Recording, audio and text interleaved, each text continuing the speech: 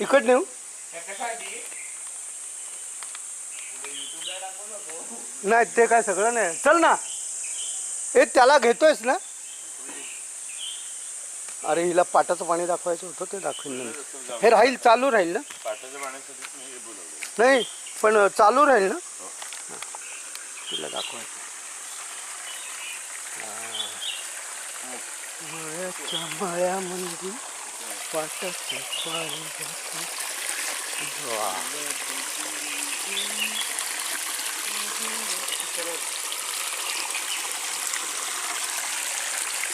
मागच्या वर्षी पाटाचं पाणी दिसलं नाही आम्हाला, कारण तेव्हा तुमची वेळ नसेल.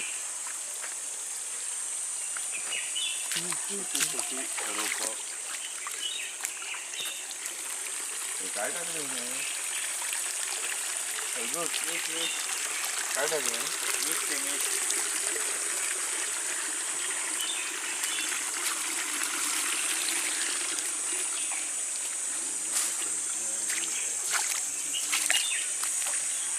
आता आपण इकडे का इथल्या इथे आहे. ये आता कॅमेरा बंद केला तर चालेल का. पुढे जायचं आपलं मध्ये काय मी दाखवतो कॅमेरा असं नाही.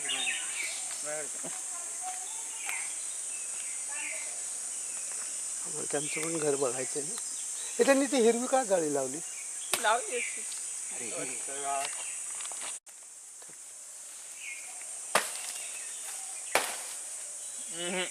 अशी नाही थोडं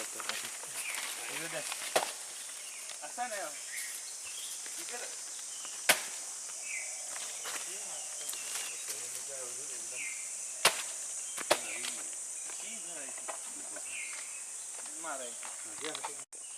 तो पोहाळाचा वेद आहे. आणि हे बघा हे तोंडलं तोंडलं हा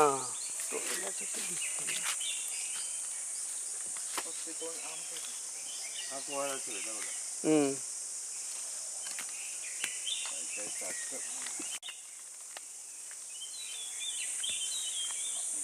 छोटी छोटी ए त्या खेरांकडे गुरं नाहीये.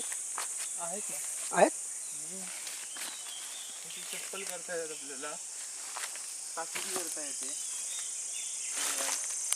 गुरांचा फोटो काढला हो कधी काल युट्यूबला टाका. गेला होता का. हा हो हो बैल बघितला सगळं बघून गेलो ना मग. बैल बघितलास का. होय हो लाल रंगाचा ना. तो कुठला तुमचा घरचा ना. हो इथे पडलो मी त्या दिवशी. अच्छा इथे तिकडून इथे आलो ना तो असा आडवा झाला. त्यांनी ते दुखावलं काय. ते लागलं इथे.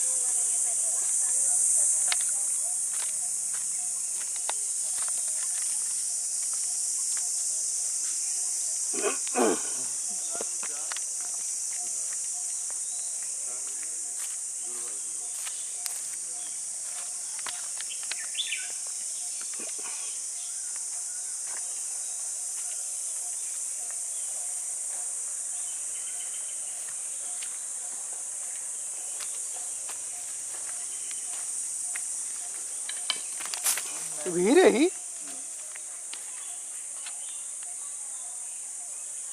पाणी आहे रे आत्ता पण भरपूर.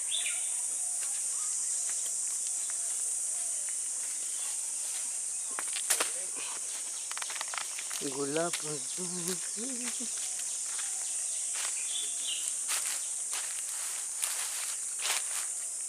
नारळ पडलेत त्यात.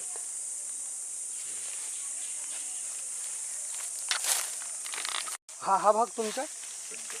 अच्छा हे इकडे तिकडे कसं काय असतं मध्येच एकाचं मध्ये.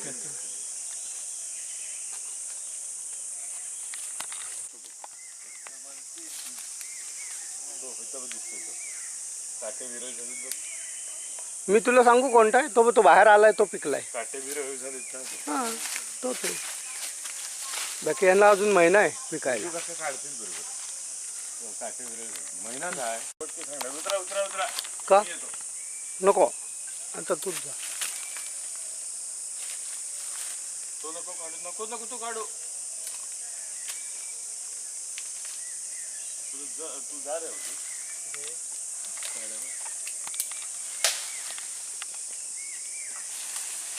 मला काय माहिती झाडावर चढता येईल. तो प्रॉब्लेम नाही. उतरा उतरा खाली. ते बघ काय डायलॉग ऐकला असतील.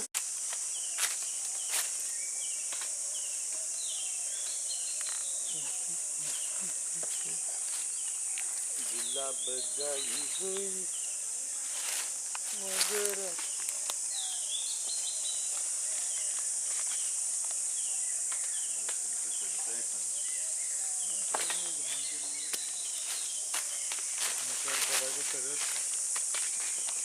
हा बघ कुठे क्लिअर कुठे दिसतोय. आणि काय पाहिजे तुला क्लिअर पाहिजे. हा बघ आता दिसेल बघ. एवढंच बारीक दिसतो. बारीक बघ तो स्क्रीन हवा तितका मोठा करशील तेवढा दिसणार ना रे. ह्याच्यात बारीकच दिसणार.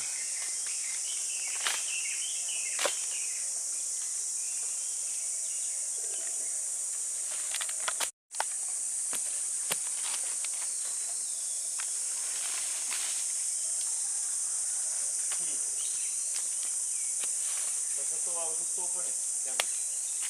आणि ही गळती हातात घ्या. मैदान तरी उभा.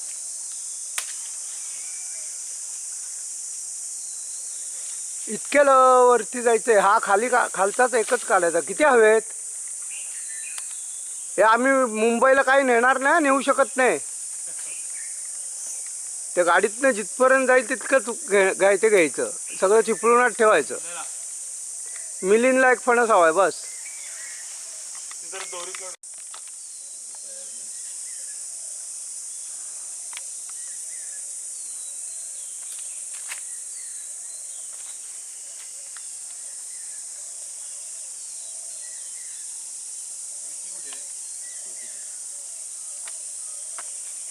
जा खाली आता.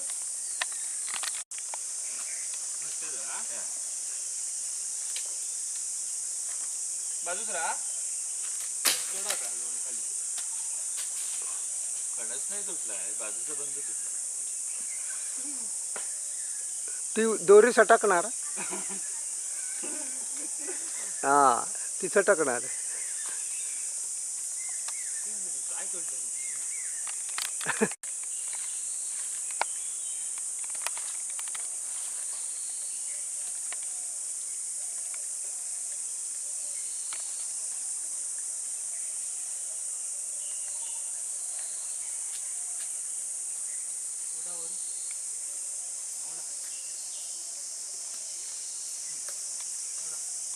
एवढा कुठला.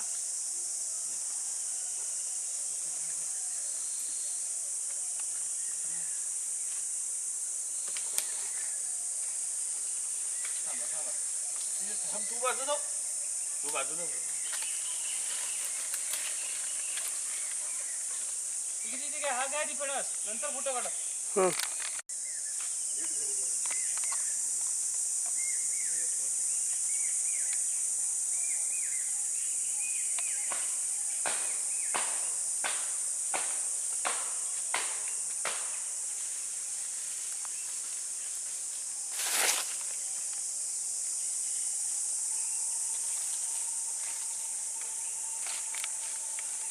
फणस हलका लागला हं. की झाला तो. हलका लागला की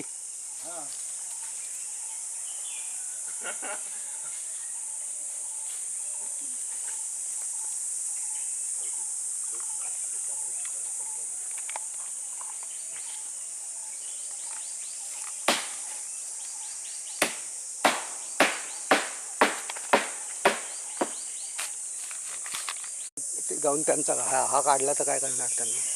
तेवढे ते काय मोजतात. मग असं कोण मोजतं का. तू मोजले का ते फणस किती ते तिथले. हट. विचारते ना मोजलेलेत की नाही, दिलेलेच ते फणस. झाड असताना देतो आम्ही, हं. तर झाड फळं मोजून देतो. मग आता तो जो अच्छा ही झाडं दिलेली झाड आहे. तो झाड घेणारा माणूस नाही कळणार केवढा होतं. ह्याच्यात पाणी कुठून येतं? नदीचं? हो, हे नदीचं पाणी? पाण्याचं काढा हा, मी हलवलंय त्याचं काढा. त्याच्यावर तवंग दिसतं, इकडचं काढा.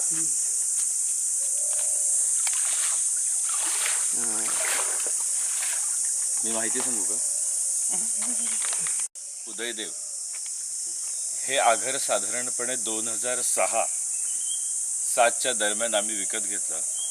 म्हणजे आत्ता साधारण 18 वर्ष या गोष्टीला झाली. बरीच मेहनत करून ह्याच्यामध्ये नवीन लागवड करण्याचा सगळा प्रयत्न केला. सक्सेस आहे, पण प्रयत्न बरेच करावे लागतात.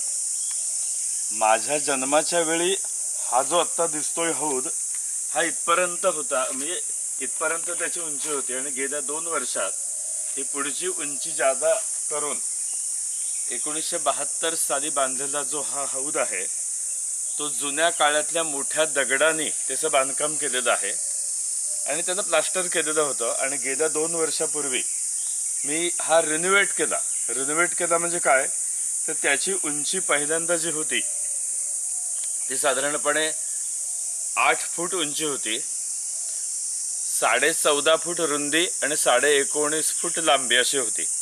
आत्ता त्याचं जे माप आहे ते 10 फूट उंची केली आहे आणि साधारण 15 बाय 20 असं त्याचं माप, असा हा हौद आम्ही निर्माण केलेला आहे. याच्यामध्ये आतल्या बाजूला लोखंडी शिगा घालून RCC केलेलं आहे. बाकी बाहेरचं जे स्ट्रक्चर आहे ते या भागापासून वरचं नवीन आहे, त्याच्या खालचं जे आहे तसंच आहे. साधारणपणे ह्या हौदाचं जे कॅल्क्युलेशन केलं पाणी किती राहतं, तर अंदाजे 60 ते 70 हजार लिटर पाणी याच्यामध्ये साठा आम्ही करू शकतो. आणि हे पाणी मग आम्ही बागेला खालच्या बाजूला लावतो. ज्यावेळी पुढे फेब्रुवारी एंड नंतर पाण्याचा स्रोत कमी होतो, तो किती कमी होतो तो थोड्या वेळाने तुम्हाला मी पाठामध्ये दाखवतो. तर त्यावेळी ह्याच्यामध्ये पाणी साठवलं की पूर्वीच्याच वेगाने ते पाणी आम्हाला बागेला वापरता येतं आणि ह्या बागेचं आम्हाला म्हणजे व्यवस्थितपणे झाडांना पाणी देता येतं. विशेष म्हणजे खालच्या बाजूला जी नदी आहे त्या नदीच्या एका बाजूला ह्या अशा सगळ्या प्रकारच्या बागा आहेत, जशी माझी आहे, शेजारी आहेत त्यांची आहे. आणि ह्या बागामुळे, ह्याच्यामध्ये लावलेल्या पाण्यामुळे जमिनीतलं पाण्याचं जे सायकल आहे ती कायम चालू राहते आणि नदीला झरे जिवंत राहतात. आजपर्यंत ही परंपरा सगळी चालू आहे, आम्ही चालू ठेवलेली आहे आणि अशीच पुढे राहावी, ज्यामुळे नदी जिवंत राहील. कारण जर ही बागा राहिल्या नाहीत तर त्यामुळे नदी राहणार नाही आणि नदी जर सुकली तर माणसाचं जीवन खडतर होऊन जाईल. आत्ता आहे त्याच्यापेक्षा जास्ती. म्हणून आम्ही नेहमी प्रयत्न करत असतो की हे सगळं जिवंत ठेवण्याचा प्रयत्न. शहरीकरण आणि खेड्यातल्या माणसाचं जे जीवन आहे याच्यामध्ये हा एवढा फरक आहे की शहरामध्ये तुम्ही एखादा उद्योग केलात, व्यवसाय केलात तर तुम्हाला पैसा लगेच मिळतो. खेड्यामध्ये हे सगळं निसर्गावरती अवलंबून आहे. पण अजूनही मी म्हणा किंवा माझ्या बरोबरची, माझ्या वयाची माणसं आणि आमची पुढची पिढी की जी हे करू शकेल अशी इच्छेने, तळमळीने आम्ही करत आहोत. धन्यवाद. आता जो हा प्रवाह म्हणजे कॅनॉल ज्याला आपण म्हणतो, आम्हीच काढलेला पाट आम्ही असं म्हणतो त्याला, तर ह्या पाटामध्ये साधारण 1 ते 1.5 किलोमीटर अंतरावरून हे पाणी इथे येतं. नदीच्या, धरणाच्या मुखापासून शेवटपर्यंत प्रत्येकाला पाण्याची वर्गवारी करून दिलेली आहे. प्रत्येकाचे काही तास असतील असे ठरलेले आहेत. आणि ह्या धरणावरती सगळ्यात शेवटी मी, आमचे काका आणि आमच्या शेजारची मंडळी असे 3 माणसं आहोत. त्यामुळे आम्हाला पाणी कायम रात्रीची वेळ आहे, संध्याकाळी 6 ते सकाळी 6. आणि हे सगळं पाणी जे आहे ते आम्हाला इथपर्यंत आणावं लागतं. साधारण चैत्र महिन्यापूर्वी पाणी आणणं सोपं असतं, पानगळती होत नाही. पण चैत्र महिन्याच्या दरम्यान ज्यावेळी पानगळती सुरू होते त्यावेळी ही अशी छोटी छोटी पानं जी आहेत, ही पानं पाण्यामध्ये अडकून पाण्याचा प्रवाह किंवा त्याचा वेग थांबवतात आणि त्यामुळे पाणी कमी प्रमाणात येतं. त्यामुळे चैत्र महिन्यानंतर पुढे आम्हाला ही पानं सगळी बाजूला करून पाणी आणावं लागतं. आज जे तुम्ही पाणी बघताय साधारण याच्या चौपटीपेक्षा जास्त पाणी या ठिकाणी येतं. पण फेब्रुवारी एंडपासून साधारण मे पर्यंत हळूहळू हा प्रवाह पाणी हे कमी होत जातं. तरी सुद्धा हे सगळं जिवंत ठेवण्यासाठी आम्हाला खडतर प्रयत्न करून हे करावं लागतं. हा संघर्ष आहे, पण हा संघर्ष निसर्ग आणि आमच्यामधला आहे. आमचं जीवन याच्यामुळे सुखी होणारच आहे, पण हे जर थांबलं तर आम्ही आणि निसर्ग हे दोन्ही थांबू शकतील. म्हणून आम्ही हे नित्य करत असतो. किंमत सरकार 20,000 रुपये देते, 30,000 घाला. शेतकऱ्याला 30,000 शक्य होत नाही. होय.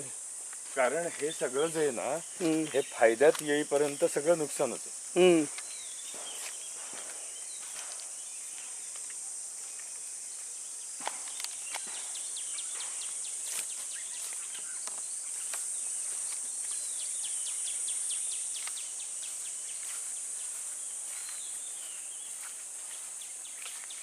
आता हे गवत आहे, हे गवत आहे ना, ह्याची किंमत 80 रुपये एका भागाची. हो का? हो. पण पाऊस पडला की त्याच्यावर आच्छादन घालावं लागतं, भिजलं सुकवावं लागतं. म्हणजे ती प्रत्यक्षात त्याची किंमत जवळजवळ 120 रुपये. हा, जाते त्याच्यावरचा खर्च. आणि एक गाय किंवा एक म्हैस दिवसाला एक वरण खाते. हो का? म्हणजे 120 रुपयाचं खाते. रोज खाते. हा, मग मला सांगा शेतकऱ्याला काय परवडेल? परवडेल कसं? 70 रुपये काय 100 रुपये तुझ्यासारखाच पाहिजे. यायचं नाही अजिबात माझ्या.